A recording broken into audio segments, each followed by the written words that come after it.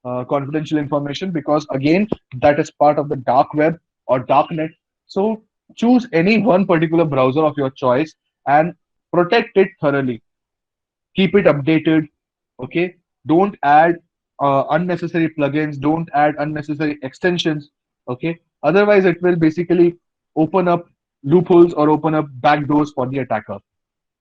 Clear with this was your very first type, that is code execution exploits present inside the browser itself. So next up, the second out of the top five vulnerabilities is code execution exploit in plugins. I've already covered that in the introduction itself. Plugins, if are not scanned thoroughly, they might have some malwares, they might have some outdated softwares running, which may provide some sort of loophole, or which may provide some sort of backdoor entry for the attacker. So try to avoid downloading plugins which are not verified. If you are a web developer, if you have developed some WordPress website, you might be knowing that there are n number of plugins available for WordPress, but all of them are not verified. You can easily get to know which particular plugin you should use by first of all looking at the ratings, first of all looking at the downloads and the reviews. These are the common techniques by which you can come to know whether a plugin is genuine or not. Similarly, go for a plugin which is developed by a well-known organization. Obviously, it is not possible to obviously find a plugin developed by an organization every single time. You might have to download some plugin. For example, we are using the Google Meet Attendance Collector. It is not developed by an organization. It is developed by an independent programmer, but still we are using it. So if at all this the plugin is of very much importance, then only use it. Otherwise, try to avoid it. Okay, because at the end, the plugin itself may be uh, malicious. For example, this plugin itself, if it is malicious, I will keep on using it. But as we all know, the plugin is downloading certain file on my desktop, on my machine. So it has got access to my hard disk, right? Otherwise, it can't store that particular file on my desktop. So I am providing some sort of access to that plugin to my hard disk. So if at all something happens in the future, I will not be in a position to file a case against that plugin, because I myself have allowed the particular plugin to access my hard disk. Okay, so you have to decide whether you want to allow any particular plugin or not. If at all you trust it, then only allow it. Otherwise, don't allow it. I'm thinking of actually getting rid of this plugin, because at the end of the day, we take Google Form attendance only, right? So it's not that important. We can live without it, right? So the same thing happens over here. If you are not totally dependent on a particular plugin, try to avoid using it. Next up, the same thing I have written. Try to avoid plugins if they are not useful enough. Next up, third one is persistent attacks or persistent threats, or you can say avoid advanced persistent threats. Basically, persistent threats are those threats which steal your system information for a very long time, and they can even remain undetected for a very long amount of time. For example, keyloggers. If at all a particular keylogger is installed on your machine and you are not aware of it, at the end of the day, for example, after a period of 1 week or 1 month, you can imagine how much information or how much useful information that particular keylogger might have already sent to the attacker. So you might have heard about Stuxnet. If not, kindly do a research on it. We will talk about it in the next lecture. Stuxnet is basically this sort of an attack, this sort of a virus, or we can say malicious software or malware. Basically, it steals information from your system. Okay, and this actually happened. This used to steal information from for a very long time, and it actually remained undetected for a very long time. What it did is it used to capture the keystrokes. It used to take screenshots of your activities, browser activities, history, etc., whatever you do on your system, and that information being sent to the attacker directly via mail. This used to happen again. How this used to happen, this can have two implications. Either you have copied something from an infected pen drive, or you might have opened some malicious website to your browser. So again, the browser directly or indirectly comes into picture anyhow. Okay, so you might have opened a particular malicious website using your browser. So again, the endpoint is your browser. You access the entire malicious software using that browser. It gets downloaded onto your machine, and at the end, Stuxnet activates whatever keys you're pressing. Those are being captured and sent to the attacker. This is what actually used to happen. How to avoid it? The most common thing is if you are attending any particular conference, specifically a ethical hacking conference or any workshop, try to avoid taking your personal laptop along with you.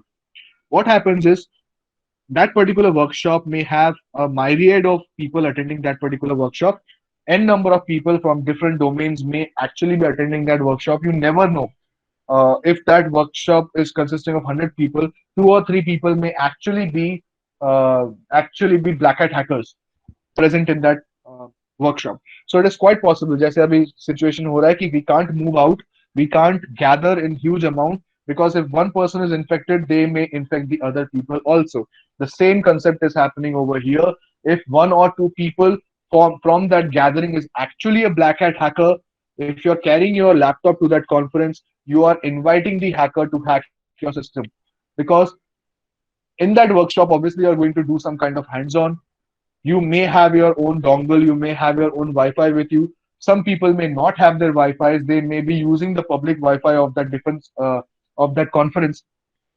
So if if at all you're using that public Wi-Fi, you are opening backdoor entries into your system. So that is the most common thing. Try to avoid taking your own laptop to a defense conference, or we can say ethical hacking conference or null cons. Null cons actually are very null conferences are very good ways in where you can gather a lot of information about what exactly is happening in the information security domain. Many eminent personalities come there and they give their speeches, they give their hands-on sessions. But again, try to carry your own laptop to such conferences, right? So this is just the tip. Apart from that curriculum which you are reading, this is I'm just giving you some personal tips. You can use it for your daily life. Okay. Next up, fourth one is we all know what is man in the middle attack. So I'm not going to focus that in detail. We have already covered that n number of times. Okay. I will skip that. Just uh, just have a look how to avoid man in the middle attack. Sometimes the browser may give you some warnings, some certificate issues. Don't avoid them. Don't skip them. What exactly we do is we click on advance, proceed, without even checking what exactly is the risk. So don't avoid them. It might actually be a threat which you are not paying attention towards, right? So pay attention towards all those browser warnings.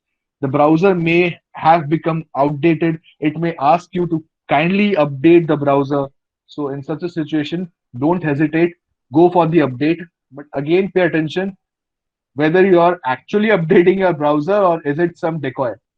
Okay, pay attention towards that also. It might be a phishing website also which is asking you to update your browser. Pay attention towards the URL also. So basically बहुत चीजें ध्यान में रखनी पड़ेंगी. If you are using the internet, you are actually leaving a lot of things for the public to watch. Okay, so pay attention towards every single step you do on the internet. Otherwise, you may end up being a victim and you may not even know. Similar to the zombies or botnets, right? Last is DNS poisoning. So what exactly is DNS poisoning? You already know what is DNS, yes or no? What exactly is DNS and how we can poison it? It is similar to your ARP poisoning. Similar, not same. So try to recollect what exactly is DNS and how we can poison it. Poison is nothing but changing some values, changing the entries, okay, modifying some values, modifying some entries. So kindly let me know if you know about what is DNS. It's already mentioned over here. Kindly read it once and let me know. Domain name system, okay. What exactly it does? That's also written in bracket. In short, it is basically a dictionary, sorry, directory. You can say the IP address is mapped to a particular website. For example, google.com. maybe having a particular IP address which is not visible every single time. So whenever you type in google.com, it is actually converting that high level URL into some sort of IP addresses. That is what is the main task of a DNS. So whenever you enter a particular website, it converts website to IP and IP to website both ways. Okay, so it's basically a table. So if at all, it's similar to a MAC table. If you remember, MAC table consists of IP addresses and the corresponding MAC addresses. Okay, so the same thing happens over here. It is basically a name, high level name, for example, google.com, or top domain, top level domain address that is converted to the corresponding IP address. You all know we have seen NS lookup in our CSS practicals. We had typed the domain name and the corresponding IP address or non-authoritative address was shown up. So that is the same thing. If you type in google.com, its corresponding non-authoritative IP address will be shown to you. That is the IP address where google.com is currently being fetched from. So that is where the DNS is pointing towards. So if at all the attacker gets access to the internal servers of that DNS, what they can do is they can poison the DNS entries with some malicious entry. So for example, google.com may now point towards some website, for example, xyz.pqr.in. So this may be a website, okay, जिसका IP होगा 11.12.13.14. Actual IP address of Google may be somewhat 10.25, sorry, 26.2.3. So actually, whenever we are visiting google.com, this is the IP that should pop up. But now, as the attacker might have changed the entries in the DNS, it will point to 11.12.13.14. So that is what we call as DNS poisoning. Correct? Samjha sabko. So basically, what we can do is, if if you are an attacker, you can simply try to attack the DNS of that server. It is not obviously that simple. You have to have thorough knowledge, thorough understanding of what exactly the DNS server is, where exactly it is located, and this cannot be done single-handedly. You need to have a team of people working. This is I'm talking from an attacker's point of view. They need to work upon n number of attacks and then get access to the server. Okay, so how to protect your machines, how to protect your system against such an attack. Obviously, try to look out for the SSL symbol, the padlock symbol. If you are getting redirected to a phishing website or any DNS hijacked website, the only thing is they may not be SSL secured. Obviously, this particular website that is xyz.pqr.in will not be SSL encrypted because that will not have a valid certificate, right? So when you are visiting google.com and you are redirected to this particular website over here, XYZ, whatever it is, try to look out for that HTTPS symbol. If at all it is SSL secured, then only you should communicate with that website. Otherwise, whatever you will do, that will be seen in plain text. Whatever values you are entering using that user name and password tab, that will be available to the attacker in plain text in that particular website. Clear with this? So these are the top 5 vulnerabilities against a web browser. Clear with this? It can be even against a web browser, or it can be termed as attacks using a web browser. So both ways they are correct. Our main intention is to safeguard our web browsers against any such attack. Clear with this? So initially we had seen all the 9 ways or the most common techniques by which web browsers can be attacked. Next up, we saw all the top 5 vulnerabilities that the attackers actually use to carry out attacks on web browsers. And finally, in the next topic, we are going to learn about these web browser attacks. Out of these, I have highlighted 3 attacks which are very common. So I will discuss what exactly is these attacks with you all. We still have 15 minutes of time, so I can complete this topic. The very first, kindly let me know अब यहाँ तक समझा कि नहीं. Otherwise, we can revise if you want. We have just highlighted on one topic. Okay, so that is what exactly is web browser. What exactly are the various ways by which the attackers can get hold of your web browser. Okay, Sagar is having a question. It provide. Acha, no, not a question. Okay. So basically, again, the same thing. If the attacker has access to your web browser, they can even access entire network using that compromised web server or web browser. Okay. So let's see three attacks in detail. That is starting with hijacking attack. Again, it's a web browser attack, or you can commonly call it as man in the middle attack. So basically, hijacking, as you all know, hijacking a particular machine, hijacking a particular system, and then making use of it maliciously. So this is also called as man-in-the-middle attack. It generally occurs whenever an HTTP session is observed and captured by a network sniffer. Obviously, session hijacking cannot take place using a secured HTTP website because this generally happens on non-SSL HTTP servers. Okay, so websites which are HTTPS or which are using SSL may not be attacked easily, or I can say 99% they are secured against such a web browser attack or a web application attack. That is what we call as session hijacking. So basically, what the attacker does is the attacker comes in between the communication and tries to capture the traffic. Now, again, this is of two types. In fact, three types: passive, active, and hybrid. Passive hijacking is simply capturing the packets and monitoring them. It will not involve the attacker actually attacking the network by sending some packets.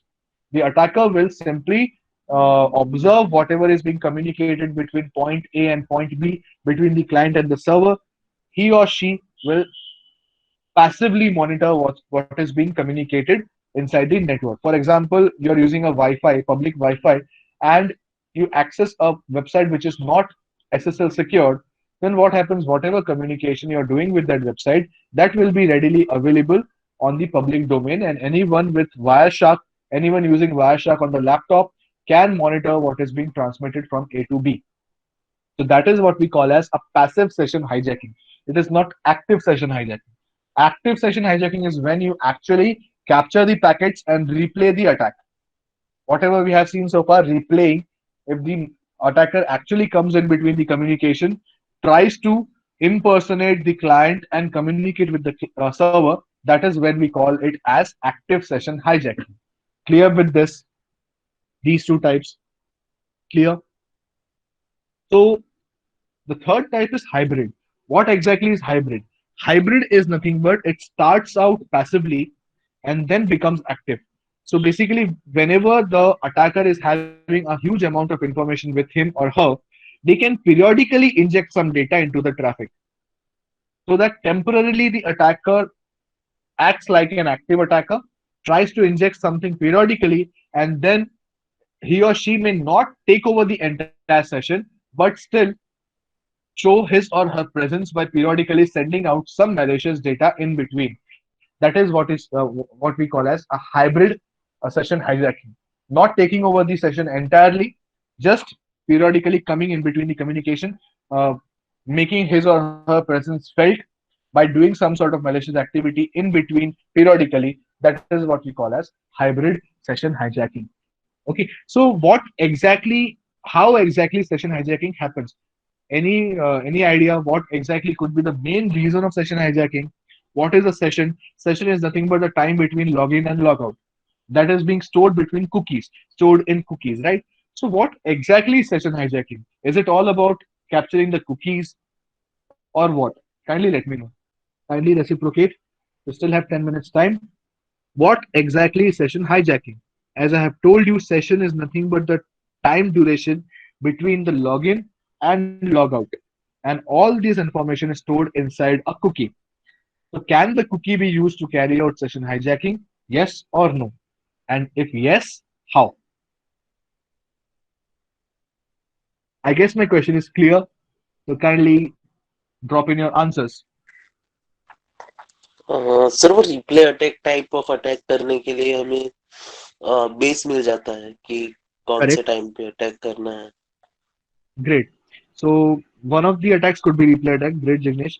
What else? और किसी के पास कुछ answers? Yes, by using the session key. Okay. Basically, cookie is used to validate a user, right? Session ID मिल जाएगा, correct? Very good. So basically, cookies are used to validate a user so that the browser just checks the cookie whether the cookie is having the information about the user or not. Cookies के अंदर क्या होता है हमने already देखा है. It consists of the cookie name, the cookie value, the time and time out period, everything, timestamp, etc. हमने पहले ही देखा है पिछले lectures में what exactly is a cookie.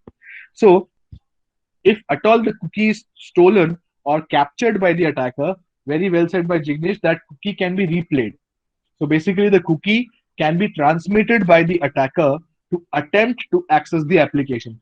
Just imagine, Karo, that a communication is happening. I am already logged into Amazon. My cookie value is generated, and in the meantime, if my session is hijacked, the attacker will have my cookie value with him or her, right? So using that cookie value, the attacker can directly authenticate himself or herself to Amazon.com because the cookie value will have my user ID, it will have my session ID, my session credentials, etc., all stored inside that cookie value. So you can imagine how a simple text file, which is not exceeding 4 KB, as we have already seen, maximum size of a cookie can be 4 KB. So that 4 KB file can be used to carry out this complicated looking attack very easily. So that is what we call as session hijacking. Clear with this? How to protect it? Again, use encryption, use SSL or SSH, and limit incoming traffic. That is the most useful thing you can do. Limit the incoming traffic. If you are not aware of any particular traffic coming into your network, try to avoid it. Even if you are suspicious of a incoming traffic, avoid it using your firewalls. Incoming traffic पे जाके अपने filters change करो, firewall से incoming traffic को block करो. That's it.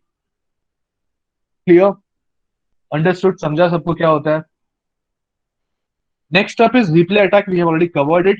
So I'm not going into detail how to avoid replay attack. I will just give you a scenario. Suppose Alice wants to prove identity to Bob. Bob requests her password. Obviously, this is what is happening. I'm repeating, Alice wants to prove her identity to Bob. Bob will request her password as a proof of identity, which Alice will provide eventually. But suppose that Eve is eavesdropping. So again, Alice hai, Bob hai, and Eve hai. Alice and Bob are authentic people. Alice wants to communicate with Bob, so Bob will request Alice's password as a proof of her identity. Alice will provide her password. This is a common scenario that actually happens.